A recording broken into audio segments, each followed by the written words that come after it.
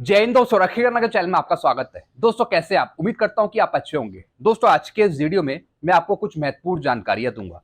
सबसे पहली जानकारी मैं आपको दूंगा एमएससीपी के बारे में। किस तरीके से जेसीओस को जवान को सर्विस के दौरान एमएससीपी दी जाती है, प्रमोशन ना मिलते हुए एमएससीपी दी जाती है और एमएससीपी पर इंक्रीमेंट भी दिए जाते हैं जो जवान के जेसीओस के ड्यू होते हैं सर्विस के दौरान। जी हाँ दोस्तों, कुछ कैलकुलेशन मैं आपको समझाऊंगा एमएससीपी की कि किस तरीके से जेसीओस जवान को एमएससीपी दी जाती है सर्विस पीरियड के बीच में। एक एग्जांपल मैं आपको आगे समझाऊंगा। अगली जानकारी मैं आपको दूंगा 8वें वेतन आयोग पर एनडीटीवी प्रॉफिट की तरफ से एक खबर आ रही है 8 सीपीसी को लेकर, जिसमें इन्होंने बताया है 8 सीपीसी के टर्म ऑफ रेफरेंस के बारे में। तो कुछ जानकारी हम 8 सीपीसी के बारे में लेंगे आगे। अगली जानकारी मैं आपको दूंगा फिटमेंट फैक्टर के बारे में। कुछ यूनियंस है जिन्होंने फिटमेंट फैक्टर बढ़ाने की मांग करी है भारत सरकार के सामने। जी हाँ दोस्तों, कुछ यूनियंस हैं जो कह रही हैं कि फिटमेंट फैक्टर ज्यादा होना चाहिए 8 सीपीसी का। इसी पर दोस्तों एक खबर आ रही है, वो मैं आपको आगे दूंगा। तो दोस्तों बस यही जानकारियां जो मैं आपको देने वाला हूं, इसलिए इस वीडियो को आप शुरू से लेकर आखिरी तक देखेगा। वीडियो में आगे बढ़ने से पहले एक छोटी सी अपील मैं आपसे कर रहा हूं। अगर आप पहली बार मेरा चैनल देख रहे हैं या फिर ये वीडियो देख रहे हैं तो आप मेरा चैनल सब्सक्राइब भी कर सकते हैं, जिसका नाम है रक्षित खन्ना, क्योंकि ऐसी जानकारियां, सही जानकारियां आपको मिलती रहती है इस चैनल के माध्यम से। जानकारियों में आगे बढ़ने से पहले हम बात कर लेते हैं भारत पाकिस्तान के मिनी युद्ध के बारे में। जी हाँ दोस्तों, जैसा आपको पता है भारत पाकिस्तान का मिनी युद्ध चल रहा है। संपूर्ण युद्ध नहीं है, ये एक मिनी युद्ध है जिसमें भारत जो है वो पाकिस्तान पर बहुत तगड़े तरीके से असर डाल रहा है। पाकिस्तान में घुसकर कुछ युद्ध कर रहा है अलग अलग जगहों पर, जहां पर की आतंकी अड्डे हैं। जी हाँ दोस्तों, साथ ही साथ जो पाकिस्तान है वो भी कुछ जवाब दे रहा है भारत को। लेकिन दोस्तों पाकिस्तान जो भी हमले कर रहा है वो सब उसके हमले बेकार साबित हो रहे हैं, क्योंकि भारत का जो डिफेंस है वो काफी मजबूत है। जी हाँ दोस्तों, तो दोस्तों भारत पाकिस्तान का जो मिनी युद्ध चल रहा है उसमें पाकिस्तान की ही हार हो रही है। जी हाँ दोस्तों, आगे चलकर अगर एक संपूर्ण युद्ध भी होता है तब भी पाकिस्तान को मुंह की खानी पड़ेगी, पाकिस्तान की उसमें हार होगी। तो दोस्तों भारत को हम तगड़े तरीके से सपोर्ट कर रहे हैं ताकि दुश्मनों को सही तरीके से मिट्टी में मिलाया जाए, जो आतंकवाद है उसका सफाया हो सके। तो दोस्तों चलते हैं अब जानकारियां की तरफ। सबसे पहली जानकारी है एमएससीपी के बारे में। जवानों जेसीओस को एमएससीपी कैसे दी जाती है सर्विस पीरियड में, ये मैं आपको समझाता हूं। एक मैंने एग्जांपल लिया है सिपाही 17 साल का। दोस्तों एक सिपाही है 17 साल के जो रिटायर हुए 28 फरवरी 2022 में। 17 साल इन्होंने सर्विस करी, यानी सर्विस पीरियड में ही जैसे इनके 16 साल पूरे होते इनको एमएससीपी दी जाती है। अब दोस्तों जो एमएससीपी की डेट है वो कैसे तय करी जाती है सर्विस पीरियड के बीच में, मैं आपको समझाता हूं। सबसे पहले दोस्तों जैसे कि एक सिपाही है 17 साल के, इनकी डेट ऑफ अपॉइंटमेंट है, यानी जब ये इनरोल हुए ये हुए 24 मई 2005 में। यानी 24 मई 2005 से 17 साल कब खत्म होंगे? 28/2/2022 को।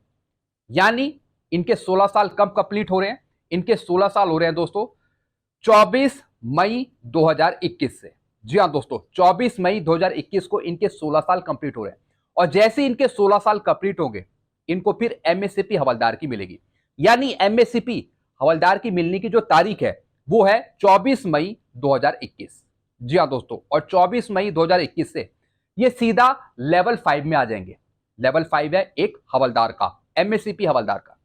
इनकी दोस्तों बेसिक पे फिक्स होगी 37,000। जी हाँ दोस्तों जब हम एक लेवल से अगले लेवल में शिफ्ट होते हैं, यानी जब हम लेवल 4 से लेवल 5 में आएंगे, जैसे दोस्तों इनका रैंक सिपाही है तो इनको सिपाही एसीपी 2 देनी है, यानी कि एमएससीपी हवलदार की पेंशन। तो दोस्तों पहले इनका लेवल 4 था, नायक तो इनको मिल गया, नायक की पेंशन भी ले रहे थे, लेकिन लेवल 4 से लेवल 5 में इनको डालना होगा, एमएससीपी देनी होगी हवलदार की। तो दोस्तों यहां पर इनको एक इंक्रीमेंट दिया जाएगा, यानी इनकी बेसिक पे फिक्स करी जाएगी एक हवलदार की 37,000, और इनका एक इंक्रीमेंट ड्यू है जुलाई का। तो दोस्तों एक इनको जुलाई का इंक्रीमेंट दिया जाएगा, तब इनकी बेसिक पे बढ़कर हो जाएगी 37,000 से 38,100, क्योंकि 1 जुलाई 2021 से इनको एक इंक्रीमेंट दिया गया। तो दोस्तों इस तरीके से इनको एमएससीपी हवलदार की पेंशन मिलेगी आगे। अब दोस्तों इसमें दो तरीके के एरियर हैं, एक तो सर्विस पीरियड का, यानी जब इनको एमएससीपी मिली 24 मई 2021 से, यानी 24 मई 2021 से 28/2/2022 तक का जो इनका एरियर है सर्विस पीरियड का, वो पीओआर प्रोवाइड करेगा, पे एंड अकाउंट ऑफिस प्रोवाइड करेगा, पीओआर देगा। और दोस्तों रिटायरमेंट के जो बाद का एरियर है, यानी 1 मार्च 2022 से, यानी जब से इनकी पेंशन स्टार्ट हुई आफ्टर रिटायरमेंट, तो 1 मार्च 2022 से और अभी तक का पूरा इनका एरियर बनाएगा पीसीडीए स्पर्श। जी हाँ दोस्तों, और साथ ही साथ इनका कोरिजेंडम पीपीओ भी इशू होगा। तो दोस्तों मैंने यहां पे आपको कुछ चीजें समझाई कि किस तरीके से एमएससीपी दी जाती है, और एमएससीपी मिलने के बाद भी जो उनके इंक्रीमेंट होते हैं वो इनको दिए जाते हैं। सर्विस के दौरान इनको प्रमोशन नहीं दिया गया, तभी इनको एमएससीपी दी गई। एमएससीपी का रूल आपको पता ही है कि अगर आपको प्रमोशन नहीं मिलता, प्रमोशन नहीं दिया जा रहा सर्विस पीरियड के बीच में, तो फिर आप ऑटोमेटिकली एलिजिबल हो जाते हैं एमएससीपी लेने के। जी हाँ दोस्तों, अगर 8 साल के अंतर्गत आपको कोई प्रमोशन नहीं मिलता तो ऑटोमेटिकली आपको एमएससीपी दी जाती है। तो ऐसी दोस्तों जैसे इनके 16 साल पूरे हुए सिपाही के, तो इनको फिर एमएससीपी हवलदार ग्रांट हुई सर्विस पीरियड के बीच में, और साथ ही साथ इनको इंक्रीमेंट भी दिया गया जुलाई का। अब दोस्तों इनका कोरिजेंडम पीपीओ बनाया जाएगा, और साथ ही साथ इनको सर्विस पीरियड का एरियर मिलेगा और रिटायरमेंट के बाद का। अगर एमएससीपी से जुड़ी कोई आपको दिक्कत आ रही है या आपको नहीं मिली, तो आप कमेंट कर सकते हैं, मैं आपकी हेल्प करूंगा और आपको एमएससीपी दिलवाने की पूरी कोशिश करूंगा, या फिर आप डायरेक्टली सीपी ग्राम में भी शिकायत डाल सकते हैं। चलते हैं अगली जानकारी की तरफ। 8 सीपीसी पर आई अपडेट। जी हाँ दोस्तों, 8 सीपीसी पर एनडीटीवी प्रॉफिट ने जानकारी दी है, अपडेट दी है। इन्होंने बताया 8 सीपीसी के टर्म ऑफ रेफरेंस की मंजूरी के बाद फिटमेंट फैक्टर पर बातचीत शुरू होगी। जी हाँ दोस्तों, जैसा आपको बताया अभी पे कमीशन बैठा नहीं है, ना ही अभी अध्यक्षों की नियुक्ति हुई है, लेकिन इन्होंने बताया कि सबसे पहले 8 सीपीसी के टर्म ऑफ रेफरेंस बनाए जाएंगे। जैसी भारत सरकार या फिर पे कमीशन 8 सीपीसी के टर्म ऑफ रेफरेंस बनाएगी, उसके बाद जो जेसीएम का संगठन है, नेशनल स्टाफ साइट काउंसिल के जो सेक्रेटरी है शिव गोपाल मिश्रा जी, उनकी पूरी टीम फिटमेंट फैक्टर के बारे में बात करेगी भारत सरकार से या फिर पे कमीशन से। लेकिन सबसे पहले भारत सरकार टर्म ऑफ रेफरेंस बनाएगी। जैसी टर्म ऑफ रेफरेंस बनाए जाएंगे, उसके बाद जेसीएम का जो संगठन है, उनके जो मेंबर्स हैं, वो डायरेक्टली फिटमेंट फैक्टर को लेकर बात करेगी भारत सरकार से, इन्होंने ये बताया। फिर दोस्तों आगे क्या लिखा है, एनसीजेसीएम के एक सदस्य ने बताया कि वे 8वें वेतन आयोग के लिए संदर्भ शर्तों के स्वीकृत होने का इंतजार कर रहे हैं। जी हाँ दोस्तों, एनसीजेसीएम का जो संगठन है, उनके टीम्स के मेंबर्स हैं, वो अभी वेट कर रहे हैं कि जैसे ही टर्म ऑफ रेफरेंस बनाए जाएंगे 8 सीपीसी के, उसके बाद फिटमेंट फैक्टर के बारे में चर्चा करी जाएगी भारत सरकार के साथ या फिर पे कमीशन के साथ।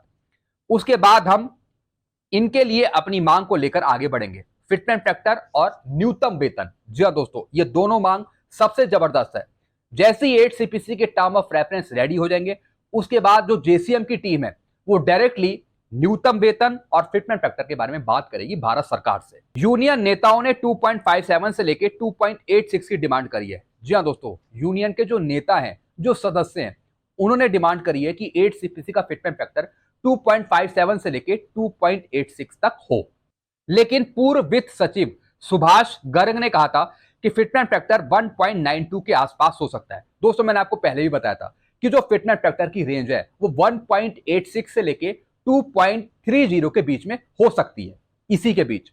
और दोस्तों जो पूर्व वित्त सचिव है, उन्होंने भी यह बताया था कि फिटमेंट फैक्टर 1.92 के आसपास हो सकता है 8 सीपीसी का। लेकिन जो संगठन है, जो यूनियन है, वो डिमांड कर रहे हैं 2.57 से लेके 2.86 की, कि इसी के बीच फिटमेंट फैक्टर दिया जाए। फिर दोस्तों आगे का लिखा है, टर्म ऑफ रेफरेंस और फिटमेंट फैक्टर बनते ही जल्द 8 सीपीसी लागू होगा। जी हाँ दोस्तों, सबसे पहले अध्यक्षों की नियुक्ति, उसके बाद 8 सीपीसी पर काम पे कमीशन के द्वारा। फिर दोस्तों इसी बीच सारे टर्म ऑफ रेफरेंस बनाना, सिफारिशें बनाना, फिर दोस्तों पूरी रिपोर्ट भारत सरकार को सौंपना, और जैसी भारत सरकार पे रिपोर्ट जाएगी, उसके बाद भारत सरकार की स्वीकृति चाहिए होगी, अप्रूवल चाहिए होगी, और जैसी भारत सरकार अप्रूव करेगी, उसके बाद आपका 8वां वेतन आयोग लागू हो गया। जी हाँ दोस्तों, तो जल्द से जल्द 8 सीपीसी लागू होगा। तो दोस्तों बस यही जानकारियां थी जो मैं लेके आया था। आपको और कुछ पूछना हो तो आप नीचे कमेंट कर सकते हैं। ऐसी जानकारियां अक्सर आपको मिलती रहती है इस चैनल के माध्यम से। वीडियो आपको अच्छा लगता है, वीडियो को लाइक कर सकते हैं और इस चैनल को आप सब्सक्राइब भी कर सकते हैं। Thank you so much.